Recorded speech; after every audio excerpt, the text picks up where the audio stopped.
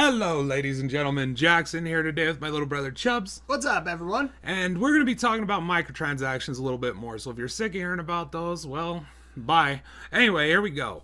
What we're going to be talking about today, this video was originally going to be how these companies, because my buddy Aristotle linked me a Gama Sutra article. It's a very good article. I'll have a link to it below. But essentially, it's industry people saying, look, like, these games are costing more to make.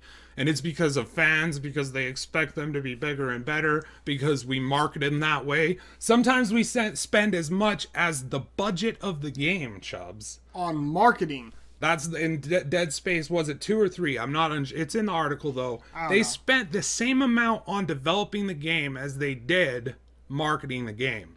So they have poor marketers, they have an overbloated marketing team. Cut that out of the picture and what do you get? Well, more money going into the games. You know, the games will market themselves at a certain point. But the reason that the marketing is so important above all else is because it's a certain point, especially on the mobile market, it's all about the microtransactions.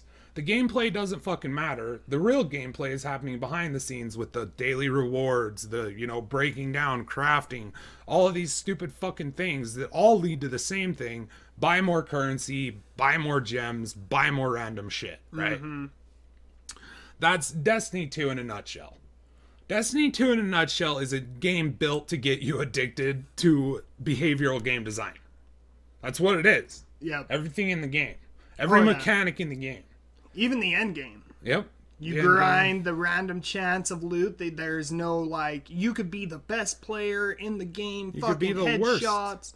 You could be the worst. You have the same exact chance as everybody else, and that's why it's individual loot. There's no trading. It all boils down to an entire slot machine reward program. And before all these fucking idiots get started with the, oh, but Jax, many RPGs have random loot drops. That's also a slot machine reward program. Yeah, but most of those games also have a well-constructed, thought-out skill tree. They also have well-constructed, thought-out gameplay mechanics with a wide variety of options to choose from. And most of those games, let's face it, are legitimate RPGs that have choice, morality choices, you know, things to be made that aren't apparent in other fucking forms. Right. Right. So if your game's about that and you're just taking the RNG loot drop, like that's all you've taken, well, Gary Gygax is rolling over in his fucking grave. Yep. To think that all of his, the entire constructions of Dungeons and Dragons, the RPG that started it all, the entire thing that people got out of that was, ooh, this is a good medium to fucking have random loot drop. Not to tell grand stories, not to, you know, create dangerous situations for your friends and see them come together as a group and get out of them. You know, not about seeing the player overcome a challenge. No, it's all about the loot at the end. That's all it's about. That's what this is about. Okay, that's RPG. Anyway, so I was going to start it on that article that Ari had sent us about the, you know, yeah, it's costing more to make games. And yeah, of course, if you're giving the fucking marketing team as much as you're giving the development team, you may lose some money, all right? Especially if you fucking hire fell-ass marketers. You know what I mean? Oh, yeah. Especially if your game comes out in a time when it's just, I don't know, man. So the video evolved when Adam sent me a link to an article on GameSpot where Manveer Air, he was the head of Mass Effect Andromeda, got a lot of criticism for his comments that he made on Twitter. I had heard about these and I went into Mass Effect Andromeda expecting it to be a barrage of hatred or PC shit. Honestly, it was there, but it was so minuscule that I never ever felt like it was in my face pushing an agenda. All right. I went into that game with that in mind. So to me, I don't know. Right. But I will tell you that it was buggy. The lighting was fucked. Yeah. Like the face animations were shit. And you come to find out through this article that Adam sent me, Manveer Air, he's saying that this shift was heavily put on multiplayer. And you can see the multiplayer is really refined in that. And there's a lot of options and different class skills and things like that. You know, intricate. Like, it looks like a lot of time went into the multiplayer. In some parts, over the, you know, main sections of the campaign. Mm-hmm. Plot holes, writing that just was very predictable and bad. You know what I mean? And so you look at it like, well, of course, the shift was put there because of the microtransactions. And then he drops this bomb. there was a player within the first, I don't know how long, of Mass Effect Andromeda's release that spent $15,000 on randomized loot boxes. Jesus Christ, dude. For ammo packs and like, what the fuck do you even get? New classes? Just let me kick you in the balls and give me that money. Yeah, you could. You could. You could let me just kick in. Yeah, let's do that. It's because the same, it's not, dude. It's not even stuff that's gonna help your character or the gameplay mechanics or anything like that. It will in the multiplayer, but it's like horde mode. It's like the most simplified, dumbed down. And I remember Angry Joe's review. If you're buying these things, you're fucking up video games, and it's so true when he says that. Because this guy who spent $1,500 on these things justified their existence up to like, how many copies is that?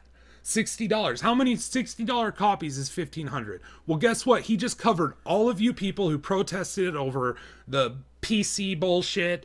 All you people who protested over the loot boxes being involved. All you people who protested it because you could tell that it was dumbed down, watered down, fucking thrown out to make money, you know, sequel. It wasn't worthy. It didn't hold its own weight. It did nothing better than the first three did. It existed to make money. So anyone who protested this, anyone who didn't pick up this game, your vote is null. Because this one fucking customer spent $1,500 on loot boxes. Yep. And that sucks. That tells me that, so the video I was going to do where I'm like, well, I'm hoping they're reading the right, and Ari, he says with the loot boxes, he's like, there's going to be companies that come out and they're going to market that our game doesn't have them. And hopefully by the consumer base, they're going to be white-knighted and be like praised for it, because they should be. Any game that's coming out, especially if it's a multiplayer game, like Vermintide at fucking 2, if it's an online multiplayer experience and they're saying straight up, no fucking loot boxes, there will be no loot boxes, that company should be put up on a pedestal. That's the company that should be glorified. Fuck Blizzard, fuck Bethesda, and their micro mod. Fuck all of these companies that are trying to find out shifty ways to take advantage of people's addictive personalities, you know, addiction to the game. Fuck all those people. Let's raise the people who made Vermintide 2 up. I wish I knew their name right now. I'll have it below. You know what I mean? Yeah. I'll have a link to their trailer. Go check it out. Vermintide 1 was fun. The only problem we had was the Sony fucking networking was so shit that we could never play. Never play together or even get into groups of random people. So that's, and I hope Ari's right there. I hope he's right there. And I think that all I can do really is make these videos and, you know, hope that fucking of the 400 people you listen and you say, okay, well, I'm not buying this game, because that's all that's going to change it. Yeah. I see all these YouTubers on YouTube and they're like, oh, fuck Destiny 2. Meanwhile, they're opening loot boxes in the background. They're like, oh, fucking all these bad things. And then they're playing like Overwatch or something like that. It's like, listen, guys, like you got to understand these things are not going away in the present. These things are here to stay in the present. The only way that we can affect it is games like Assassin's Creed Origins, which I hear is massive, open world, fucking lots of stuff to do. Big, huge game. Ancient Egypt, which is fucking awesome. You know what I mean? And we need to take games like that and make them the new cool. Games like Horizon Zero Dawn. Yeah. A game that comes out that's stacked with content, sells well, is very, dude, on the PS4, it looks good. It's one of the best looking games on the PS4. Yeah. They optimized that to a motherfucker. They made that machine do everything. They did, and Witcher 3 too did that, but I mean, you see Witcher 3 on PC and you're like, wow. You see the sacrifices that had to be made. But we need to take games like that and put them up. And that's the only way they're going to go away. So now let's talk about it. Let's say that it's true that these games that people are making, they're not making enough money off of, and they have to have microtransactions or content of some sort post-release. Right. That was going to be our video.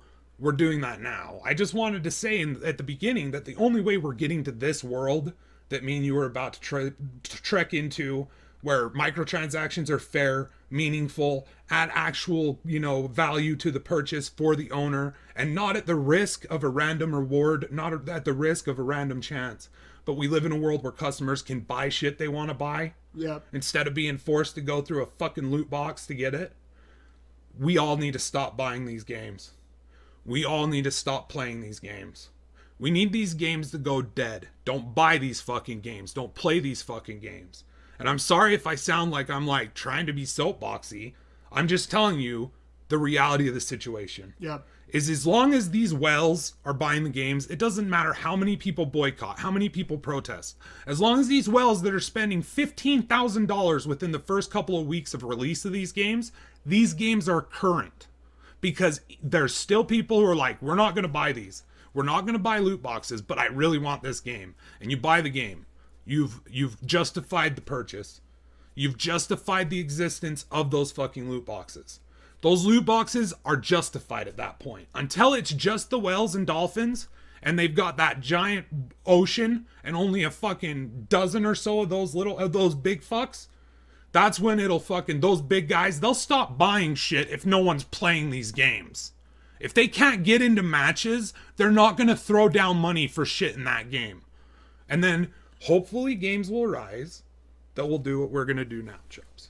Well, that's another thing, and I want to bring up another point is, you know, if you are going to want to play these games, if you're wanting to, like, play Shadow of War or something like that, another thing that really hurts these companies is just hold off.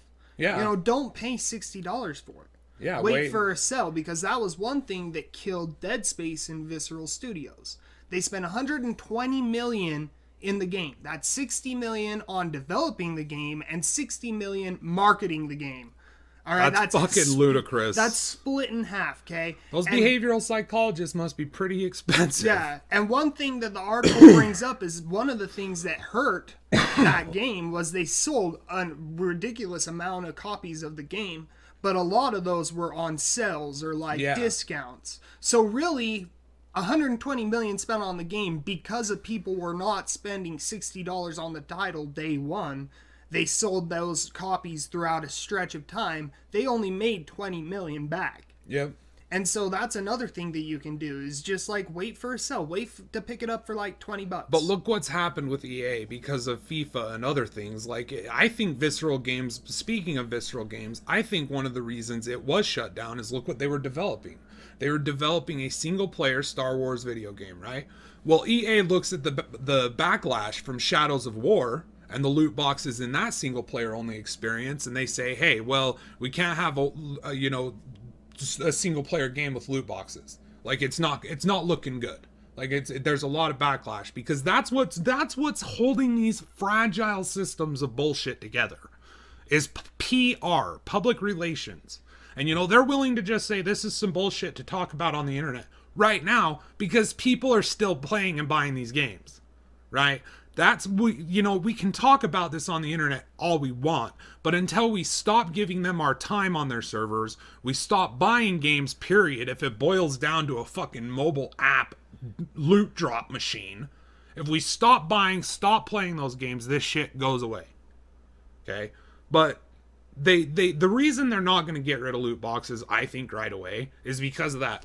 Like, there's $1,500. Oh yeah, that's so much money, dude. People spending money on it. Look at the E3. $15,000. Yeah, well, look at the E3. What the fuck? That one guy who was like, "Oh, I probably spent like so much money on Star Wars." It was a lot of. It was like thousands. It's ridiculous, and that's another thing is all these people are working in the industry, going to places like E3 and showcasing these games, who are like obviously addicted to that shit. Yeah, who are spending way too much money, and they even admit it. Like that one guy. Guy's like, I kind of have a problem with that game. Here's the common ground we can find with anyone who's not addicted to loot boxes. The common ground is this. Would it not be a better world if, when a holiday event happens in Overwatch, and there's all these cool skins, how about each one of those is for sale individually? You can buy them with money for X amount of dollars. Would you not prefer that? Would any gamer reasonably who says they don't like loot boxes not want that?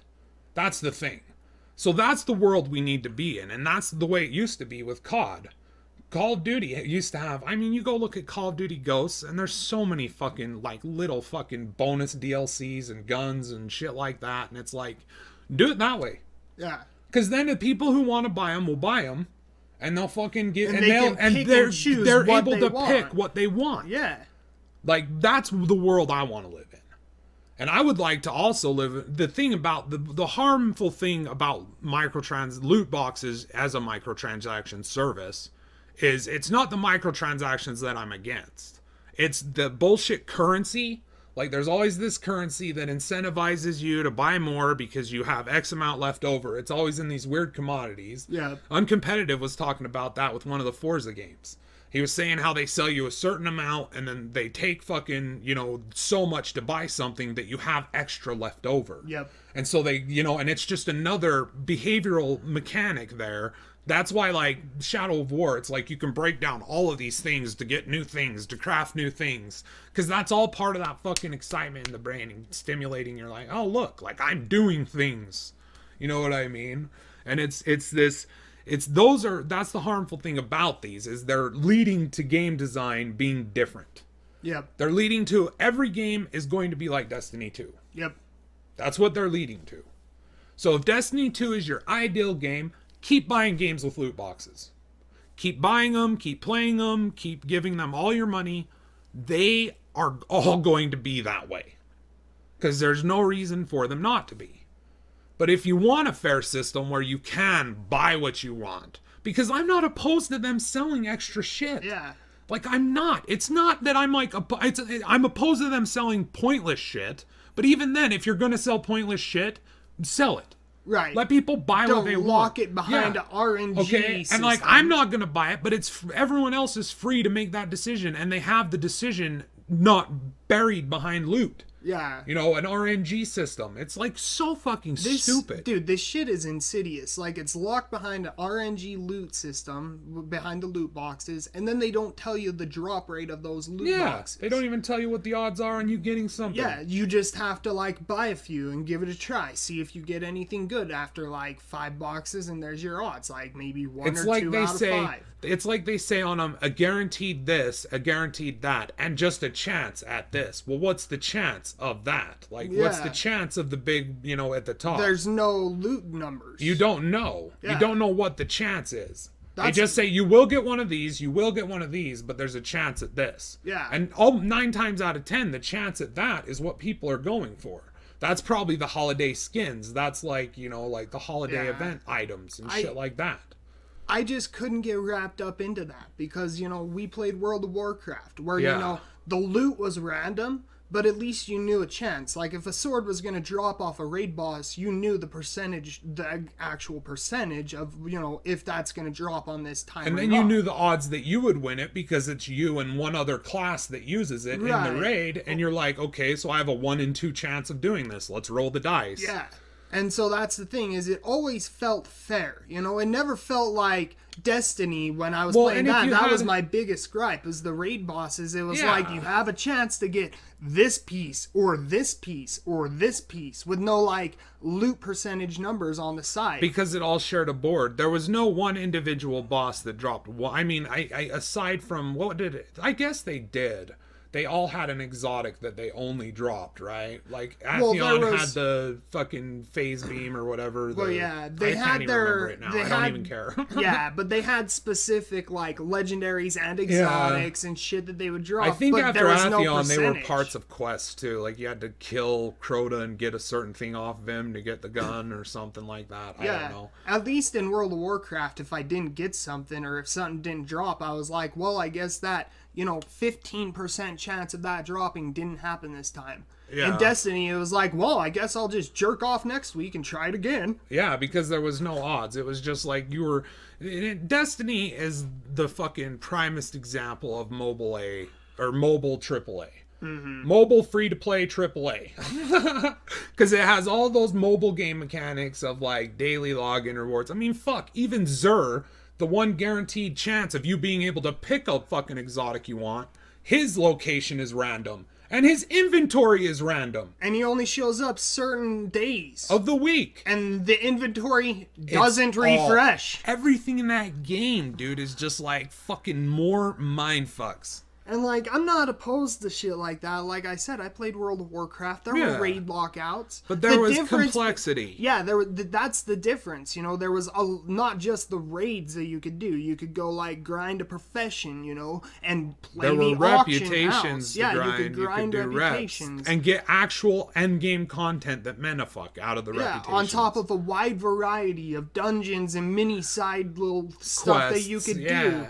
And then the raid, which was the big end-all, be-all, fuck your face, was like you and 24 other people. Yeah. And you all are going into a fucking raid. And I'm not saying this like a 6-man, 4-boss fucking done in an hour raid. I'm talking about that's a like raid a dungeon in World of Warcraft. The raids I'd say the only ones that hold up to me are Vault of Glass and the Taken King raid. Well, yeah, but the rest could almost just be dungeons in World of Warcraft. But even then, calling them raids I call them raids because the massive size of them, though. Well, yes. Those however, are huge the time areas. it takes to beat it. That's the thing, is with World of Warcraft, the raid lockout makes sense because it takes like 3 or 4 days. Yeah, but if you went into a raid that you'd been leveled past, you're going to complete it faster. So it's all a matter of how long does it take you to beat it at fastest capacity. And that's why I say Vault of Glass and Taken King raid would stack up, because there are those parts that are challenging and it's very long. But like Dark Below, the raid, it's like just that first cavern, then the bridge, and then you're pretty much at Crota after that. Right. You know what I mean? Well, that's not a fucking raid. That's like a dungeon. Yeah. The raid lockouts, like I said, Rise of Iron one, kind of, but even that was mostly just annoying jumps and things like that. It wasn't like actual encounters. All I'm gonna say is there's these raiders in Destiny who are doing pugs, which is a pickup group, which is you're looking for random people to run with, you don't have friends to play with, and they're beating this shit in like one night. And if they're not beating this shit in one night, they're on like the last boss or the last 2 bosses. There doesn't need to be a raid lockout for that for a fucking entire week. But that's the point. The raid lockout is there as another motivation to log in next week. Yeah, but that just like Xur is there as a motivation to log in at the end of the week. Exactly. That's why I just had like such daily a hard... missions are there. Yeah, you know. That's why I have such a hard time with these games that are coming out with this same type of RNG microtransaction. You have to pay to loot type of shit, and Destiny especially, where the entire game is just one giant fucking RNG system. Yeah, it's a grind. Everything you do is a grind with a random reward. Yeah, and the reason why was because I already played World of Warcraft, and I saw the shift of that go from like this massive, immense experience to more of like a muddled down, simplified version of what I was playing. But that's the thing, is that's why I was playing Destiny, and I feel like a lot of people who played Destiny who were like hearing words like raids and expansion packs, expansions, and fucking like MMO RPG. We were expecting a goddamn sequel, like especially based on the base version of the game. When the Dark Below come out, I was blindsided by how small that was. Yeah. How little bit of content that was. When you beat the raid, you were like, wow, that's it? You're calling it an expansion pass, and you're like a pseudo MMO with factions and reputation to grind and all these things that remind raids and, this pseudo World of Warcraft wannabe shooter that throws out the word expansion. In my mind, I'm expecting an expansion. That's why when House of Wolves came out, I was fucking done. I after the Dark Below, when the House of Wolves was coming out, I had found B. Dobbin's videos towards the tail end of Dark Below. I had realized what had happened, and that this one was going to be small because there was another one coming after it. Yeah. And they were just going to continually try to sell me these fucking expansions that feel like that feel like they add an actual like 3 or 4 hours on top of the base amount. You know? So like I was long done with it, and then Witcher 3 came out the day that the House of Wolves dropped. And I was playing The Witcher 3. Yep. I didn't give a fuck about House of Wolves at all, especially when they announced there would be no raid. I was like, are you fucking serious? And the raids, that's what I'm saying. Fuck you, dude. All these people who are like defending the raid lockouts and all this shit, you gotta understand, these are just like mechanics that were in better games, bigger games, that actually had a point beyond the like mobile loot experience, and they are justifying it and using these terms in their game to attract that crowd, but when in reality it's like the mobile like experience. Oh yeah, you know what I mean? But that's the thing, RPG has been muddled down to the point where people are calling the Shadow of War app that's in Jim Sterling video, where it's basically just your guys running and fighting free of any... That's an RPG. Oh, man. Those are being called RPGs, dude. So that's the point, because RPG it no longer means like a world where the player has choice to affect change. You are a role in the world. It's no longer about that. It's no longer about excellent storytelling and fucking awesome fucking world building and, you know, backstabs and shadowy maneuvers and different things that, like I say, choice. You know, a massive skill tree to choose from and all of these things to change and fuck around with however you see fit. The player choice, right? It's not about that anymore. The only choice the player has is whether to sit down and play or not. All the choice has been taken out of your hands. Now it's all random. You don't have a choice with what you get. I mean, sure, you can farm these reputations and buy these legendaries just to collect them because they're not as good as the shit that drops in the raid, which is all random. So anything, this game is built around your only choice as to whether you want to play or not. And if you choose to keep playing these games, these things aren't going away. No, like they're not. And you're making these developers and lazy. Gripe and yell and rage against Destiny 2 as much as you want. If you bought that game and you're still playing that game, you are part of the problem. And you're whether you're buying, whether you're buying the loot boxes. I mean, fuck, they just do. This is another story Adam linked me. They just like fucking banned 400 people. All right. Now the story was, as I've followed this story as it's evolved with Destiny 2, but the story initially was that it was apps such as Discord, apps that were, you know, and they were getting banned for this. Then Bungie Vision Izzard, since their apps on their games on the Blizzard app. Bunjack Izzard.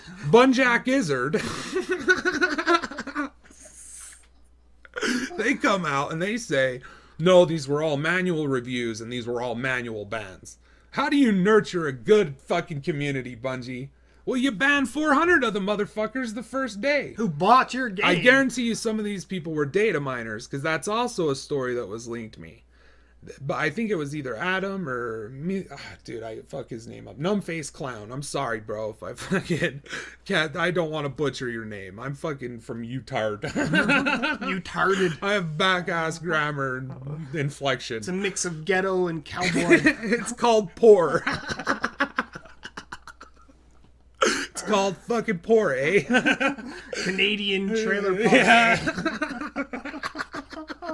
Don't you know? Anyway, but they linked me the story that on top of that, there's data miners have gone through it and they found there's a Reddit post. I think it was Adam who linked me this. I can't remember.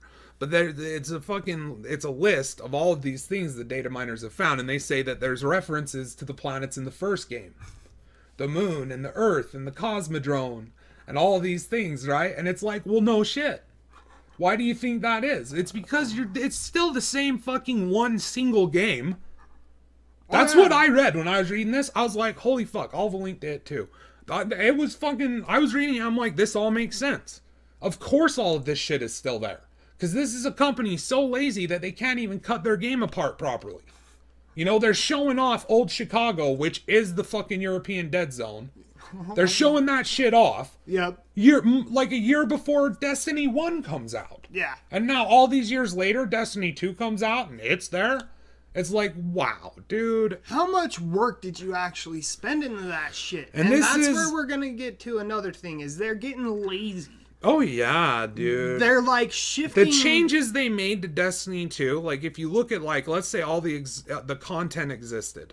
Let's say even the classes existed. Let's say the only thing they changed was like the HUD, the fucking gun damage and things like that, and the classes. Well, they made everything simpler. They made everything easier. They made it more, like, less complex. Exact enemy types are in it, and they nerf those enemy types. But it's an RPG, because you can choose between one grenade and another, right? So it's an RPG, it's an MMO space shooter looter RPG, fuck you in the mouth, fucking mobile game app on the fucking AAA console. Yep. It's what it is, dude. Like, and people are waking up to that, and I'm so happy, because if games like that start to fail, that's when we'll see the change. If Destiny has people, and they do, they've removed Adam linked me this for sure, they removed the fucking tracker so that people could tell how much fucking people were playing. Yeah, they removed the statistics of people fleeing the server saying this game fucking sucks. You know, they removed that so people can't see that anymore. So this is a company that's starting to get hit, and the only way you can hit them is like that. Stop playing their game. And look at their attitude. Let these whales only play with each other. Yeah. Let these dolphins only play with each other, because they are the ones who are fucking ruining it. Okay? And we're complacent if we buy these games. We're complacent if we play these games with them. We are complacent, and we are part of the problem. I'm sorry. And I've bought games like that I know is part of the problem.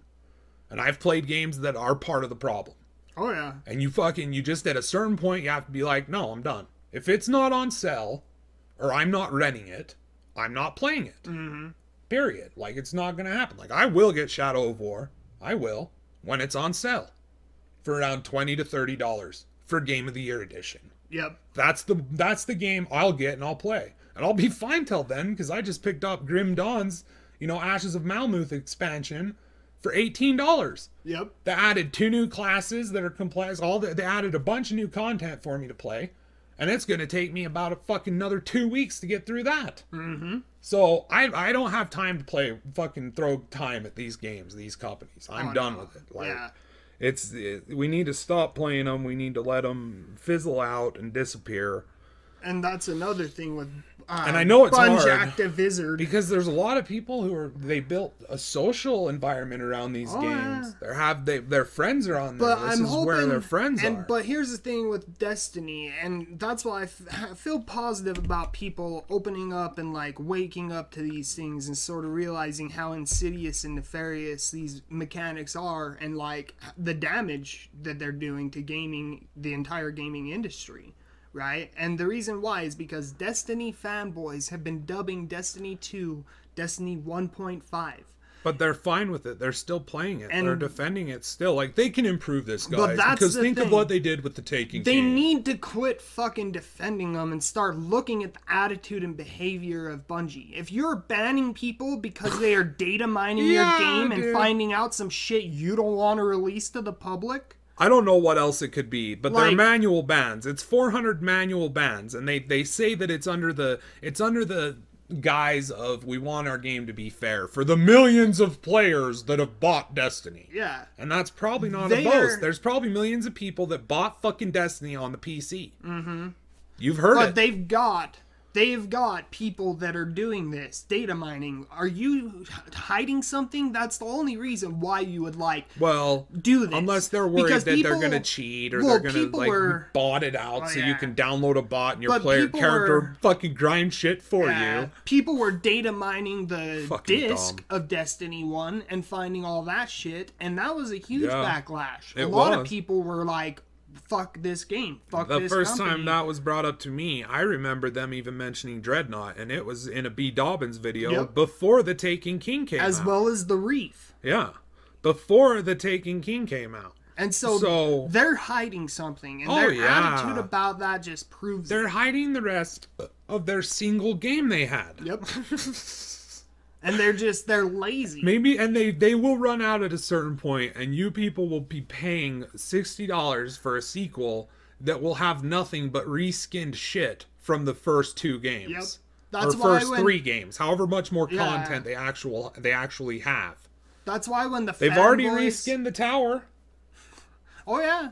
But that's why when fanboys outcry and are like waiting for a response from Bungie, Bungie's not like, oh, we're sorry. They're like, no, the true experience of Destiny is playing with your friends. Yeah, it's they're just gonna fucking like change the narrative in a way that isn't gonna be admitting fault. Because if they say we're sorry, then that admits that there's a problem with the game. They don't want to acknowledge that there's a problem with the game because the game is exactly the way they fucking want it. Yep. And if you're complaining about how the game is, then you're part of the problem. If you're playing the game. Yeah, if you're buying this game and you're playing it and you're like recording a video on YouTube about how like, I hate Destiny and I'm done. But you're playing Destiny 2 and it's like recent footage, you're like doing the raid or strikes. You are fucking like mindless patrols. Yeah. Just to be clear, we're not talking about reviewers, people who picked up the game to review it, people who, I'm talking about people who they have beaten the game, they've done a review, they're still playing content that's old as fuck, that they've already played before, They are addicted to the game. Oftentimes these channels have like and they're built playing their with channel the around Destiny 1. Oh yeah, like but they're gonna be like, I hate Destiny 2 and I hate playing this game. Destiny 2. I'm gonna do an entire video about how much I hate this game. Meanwhile, I'm doing patrols and farming gear so that I could get my light level higher. So I could have a higher number so I could feel better about myself. Or so I can get a loot box so I can get that one shader I want so I can use it once and it goes away. Because now it's plain as day how incompetent Bungie are at their So stop playing it. Stop playing it. But that's the thing. They won't. The thing is how many times do you need to fuck up before we see this shift? And like I'm talking about Destiny, Bungie, microtransactions. Because right now we're not seeing the shift. These games are selling fine. Like Shadow of War sold an impressive amount of copies. Right. Destiny 2 has sold an impressive amount of copies. Right. Activision is still selling copies of Overwatch at a rate that, you know, other games just can't see. Grand Theft Auto 5 with its fucking shit, selling shit, you know, over and over again. Fucking, they're getting money out of the ass. It's like, these are the games. It's like in that article with Phil Spencer where he's saying games as a service. Like, he was telling us what was happening. Oh, yeah. He was saying this is where games are going. They are going to games like Grand Theft Auto 5, Destiny. Fucking, that is where games are headed. Now you got Battlefront 2 with its promise of free DLC, but its massive pay-to-win wall that hides better gear behind an RNG-based loot system, right? That you either have to pay to overcome the RNG wall, or you just have to grind painstakingly to get over the wall. And who's to say who's who? Do you really want to play a game like that, where you have to question every time you fucking get killed? Was that guy luckier than me? Does that guy have more money than me? Like, how did he get that gun? And now with this Activision patent, who knows if other companies haven't been fucking putting similar things in their games already?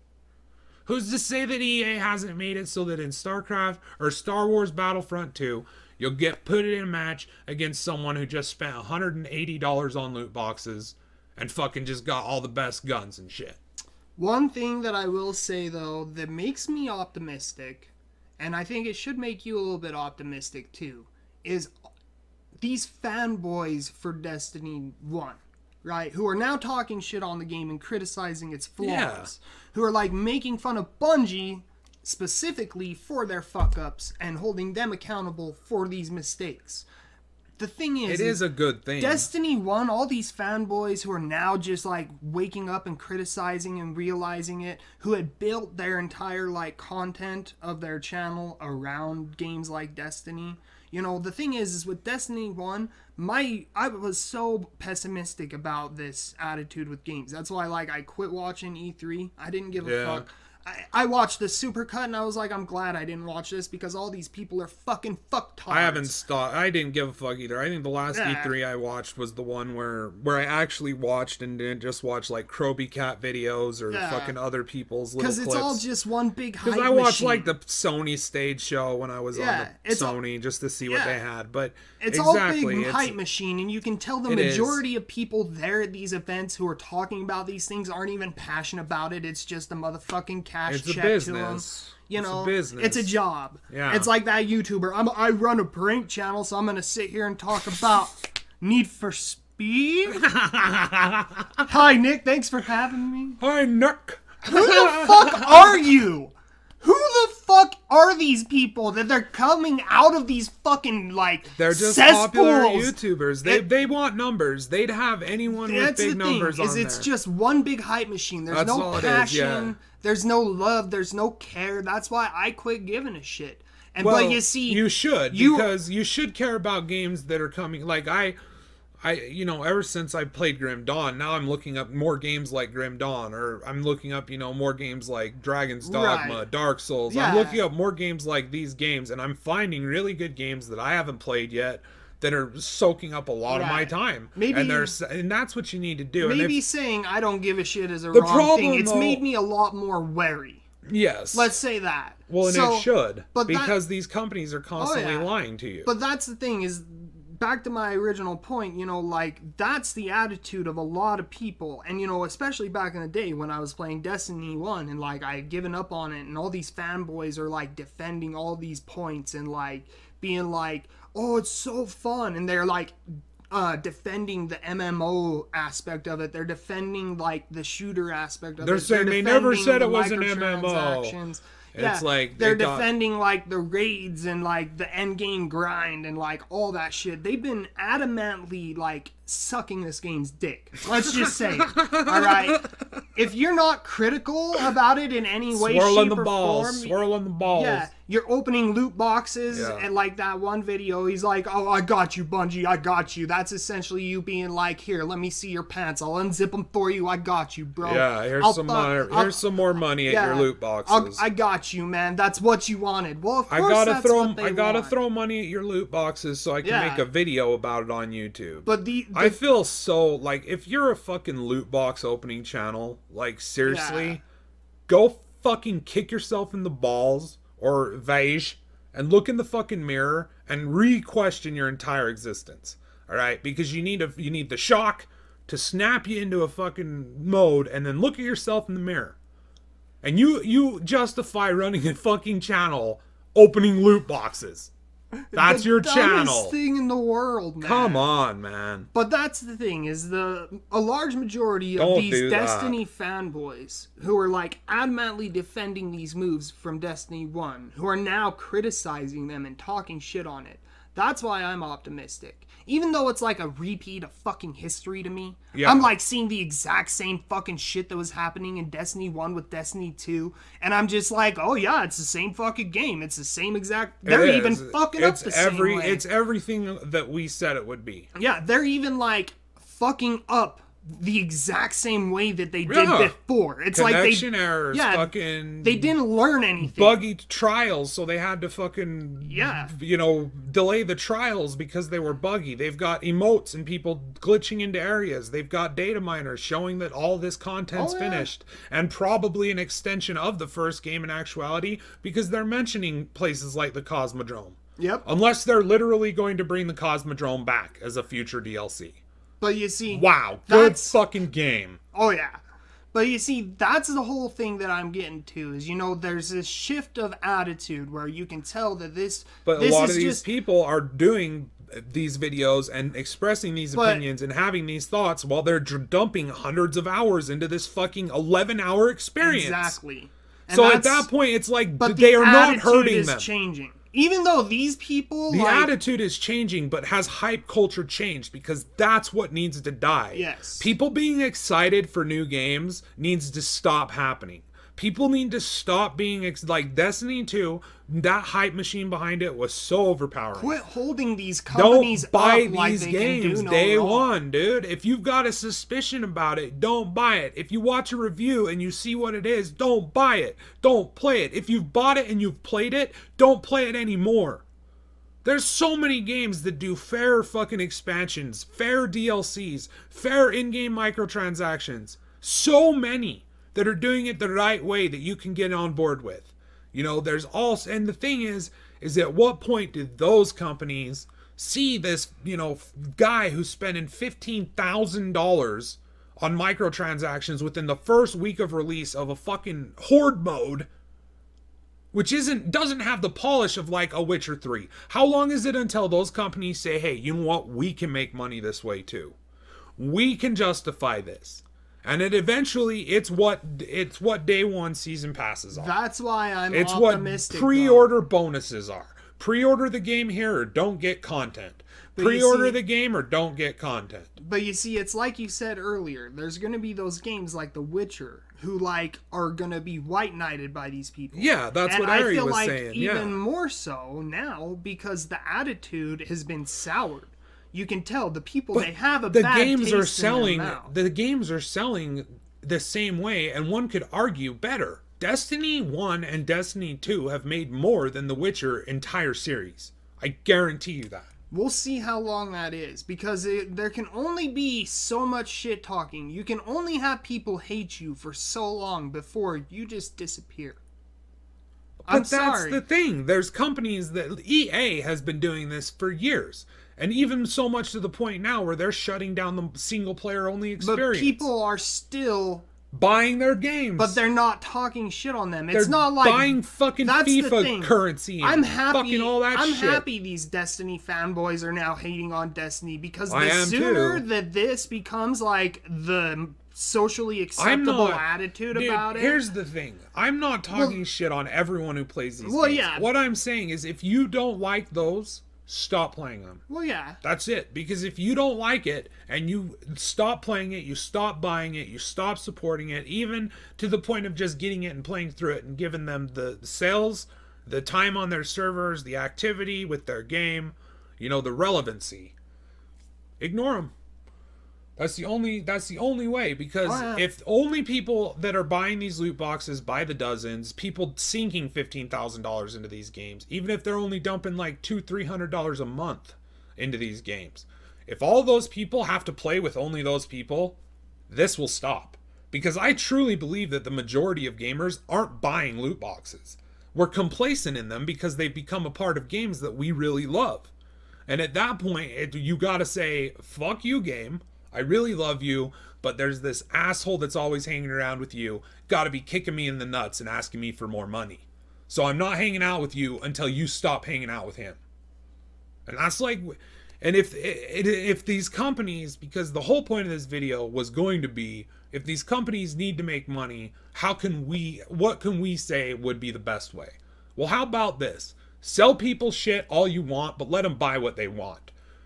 Make the game good before you try to figure out a way to make money off of the game.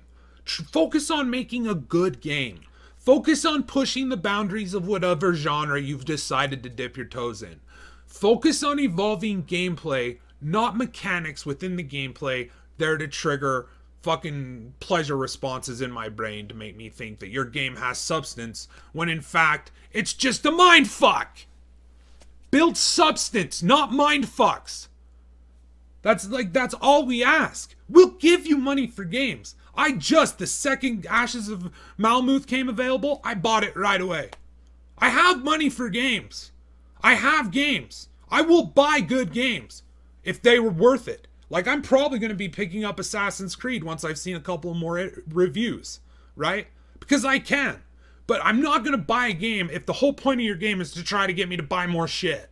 I want a game that the whole point of it is to give me a good experience. To give me a fucking, something that betters me, whether it's through contemplation over the setting of the game, you know, mastery over the controls and the mechanics of the combat, things like that. I don't want a game that can basically play itself for me just so I can roll on a bunch of shit to break it down so that I can make new fucking things, so that I can have new things to give minor fucking bonuses. That's just a racket to get me hooked in to your behavioral game design. Fuck off with that shit. Sell me expansions like The Witcher and you'll have my money day one. Sell me expansions like the Ashes of Malmuth and you'll have my money day one. Alright? You sell me a game that has loot boxes day one, that is the end game, fuck your game. That's where I stand. Oh yeah. Because I'm not against, like, I remember Uncompetitive, this was such a good point. It was when I was talking about For Honor, which I still say is fucked up because they do the currency. They make you buy currency. Just sell the fucking items. Sell the fucking characters. Sell the fucking skins. Let people buy the shit they want. Alright? They do it behind, and they made the game grindy, so that's the point of the game in For Honor, is to grind those credits so you can upgrade your character, you know what I mean? And that's what I'm against. But Uncompetitive on that video is making the argument that that's fine, but the example he used is a little different. He said there was a game he played that was like a train simulator where you could, see trains, right? And you could just like change the camera angle. And it's basically like, imagine if Grandpa was still alive. It was something he would want. Right. Because he had all those model trains and shit. He loved that shit. You know what I mean? Fascinated by it. And he says that they sell like trains and train tracks and different areas. That's different because that's free to the customer to decide, like, I want this. Right. I want this. And it's not behind a currency. It's not behind anything like that. You're just paying a flat price for it. And they can say whatever price they want at that point. Oh, yeah. They can say, kids, you gotta pay $10 for a holiday skin. And you wouldn't see people complaining. If anything, you would see an increase of sales. In sales, yeah, because people would actually want to buy things now. I can buy what I want. Because no but matter... here's the thing, that removes the whales who are dropping $1,500 on fucking the random chance. Well, that's where we get to the problem behind loot boxes. Is no matter how you defend it, no matter what you say, no matter what fucking your argument is, the point of this is every person, especially people who plays video games, they want something. Yeah. Right? They desire something from that game. That's why they're playing the game. Whether it's they desire RPG experience or they desire player versus player, you know, online competitive shit, or, you know, if they desire like racing games or they desire sports games, you know, they want that game to give them something. And so at the end of the day, you know, these microtransactions, the biggest problem behind the loot boxes is if you're buying a loot box, you want something out of that. Yeah. There's just no guarantee you're going to get what you want. You'll get something, but it's, you know, it's a chance of what you get. And that's the problem with these games is, you know, you're buying this game with these loot boxes because you want the game. And then, you want to get that stuff. And then it's buried behind an RNG wall because some asshole is willing to spend $15,000 to get the fucking thing he wants. Yeah. And that's the problem. That's what's going to happen. That's going to become the point for all these games. And that is going to affect gameplay. That is going to completely change the way games are delivered to us. My question is, this games as a service is going to change the way we experience video games. Yeah, we're going to experience them a little bit at a time. Yeah. And then a little bit more at a time. And it's always going to be at the company's leisure. And it's going to be buried behind DRMs and fucking all this bullshit. You're paying for an experience that you never even fully fucking own. Well, another question that I have is how much money are even being pumped into these microtransactions? A lot. You got to figure, like, that's... A lot. You know, it's probably easier to put them in, but that's still... How many hours, how many, like, manpower, how many art designers, animators, all sorts of, like, game developers to put it in the code. And they're going to be focusing more on the part of the game that's the point of the microtransactions. And that's where it hurts games, because you've already got a... overinflated like development budget with the marketing budget, and they say, well, we have to do this because, you know, we have to do this for the fans, you know, we want it to be good for the fans, and they complain of like the cost of making video games being more expensive. Who the fuck told you to use like all this new technology? Yeah, that was that video by Jim Sterling was excellent. Yeah, where he was saying no one asked you to do it. And that's why games like Cuphead, games like Hellblade, that have minimalistic budget, that have, you know, kind of like a grassroots marketing behind them. Games like that are the only chance we have, is to put those games up. And then the second thing we have to do is we have to stop spending money on games that have these fucking aggressive microtransaction movement, aggressive content fuckery, these games as a service. And I mean, if you like them, at least gravitate towards the ones that are more fair. The fair, like I would say GTA 5, and I don't know for sure, but I would say GTA 5 is more fair because you can purchase things that you want. I don't think they have loot boxes in GTA 5. I could be wrong.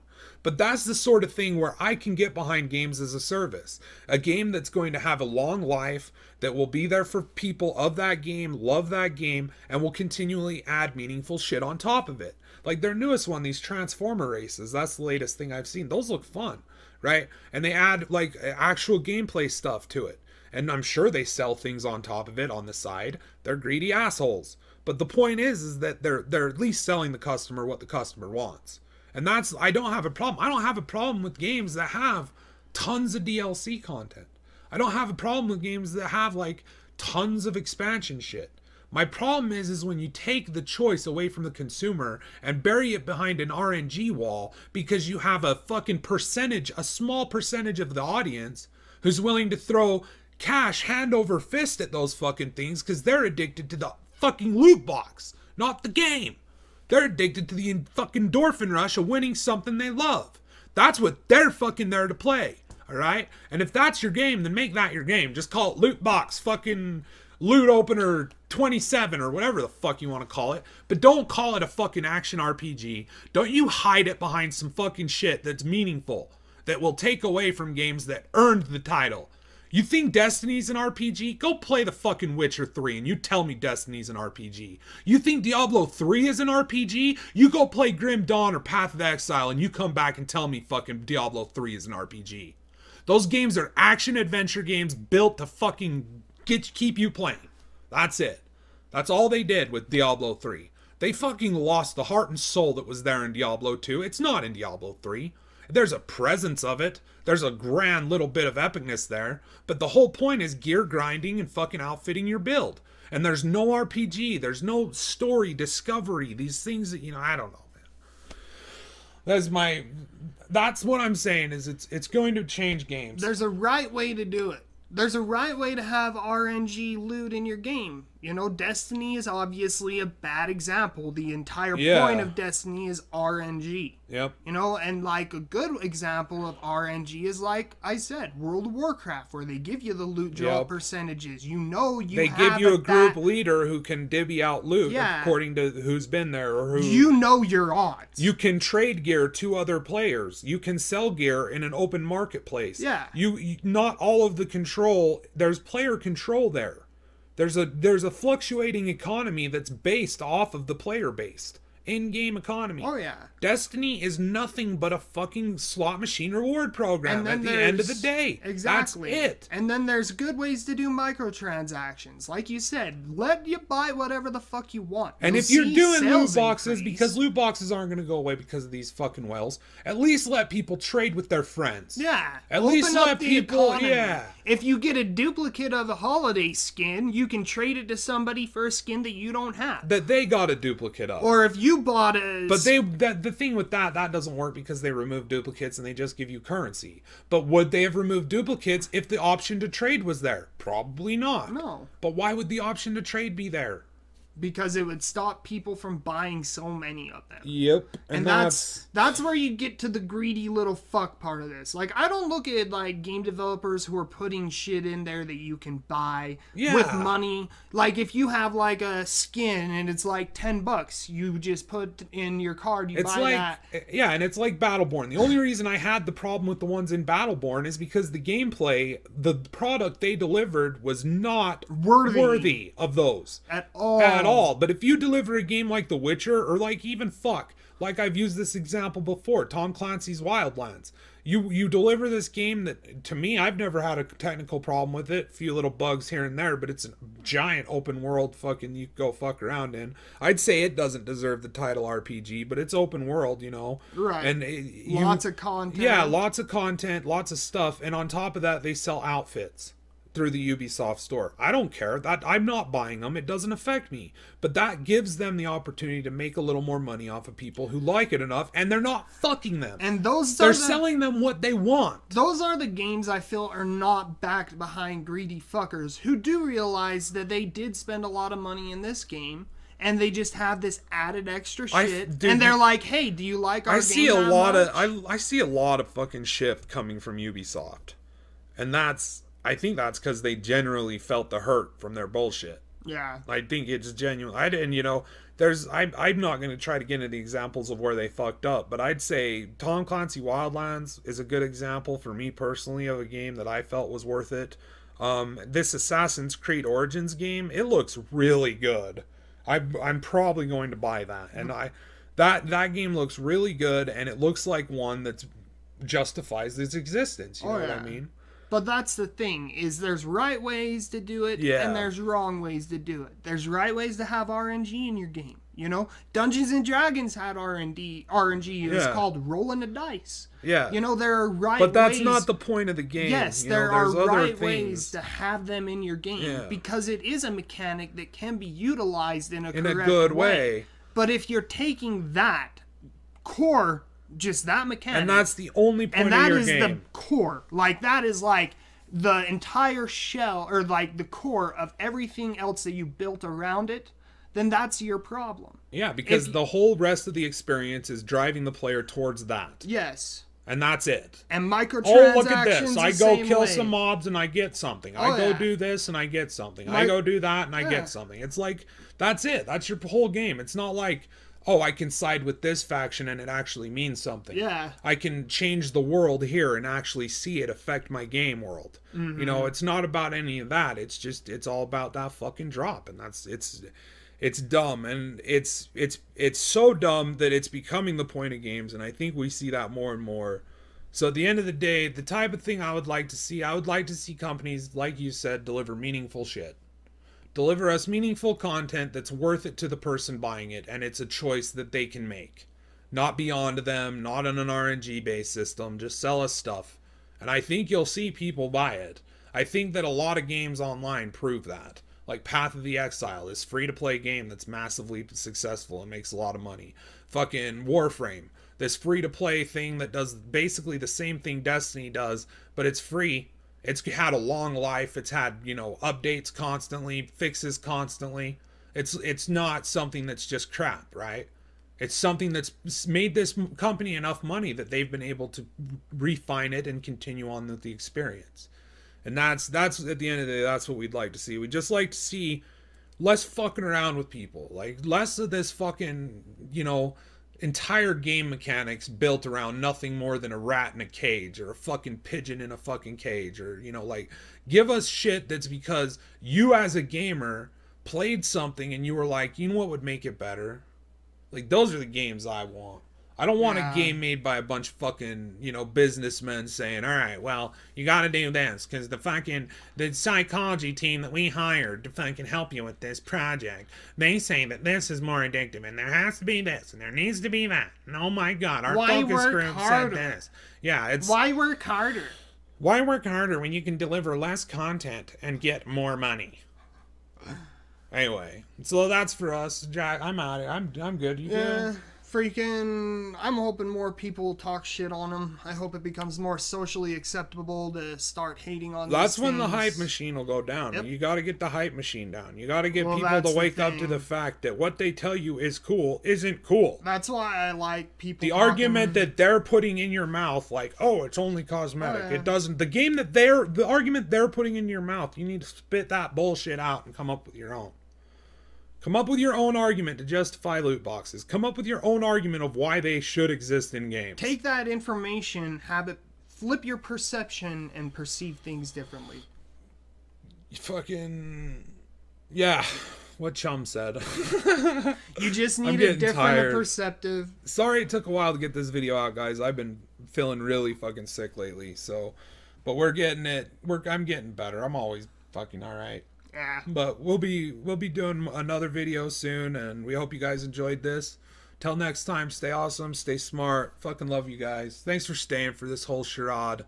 Leave us a comment below what you think. Like, what would be enough for you to say, all right, this is okay. Like, I don't mind these, and pick up a game. If you're someone like us who has just refused to buy games with loot boxes, period, for the past long time, what would be acceptable for you? Like, what would be enough that you'd be like, all right, I can see that they're doing that legitimately just to help cover their nut, and I don't have a problem with it because it's a good game and they've delivered a good experience.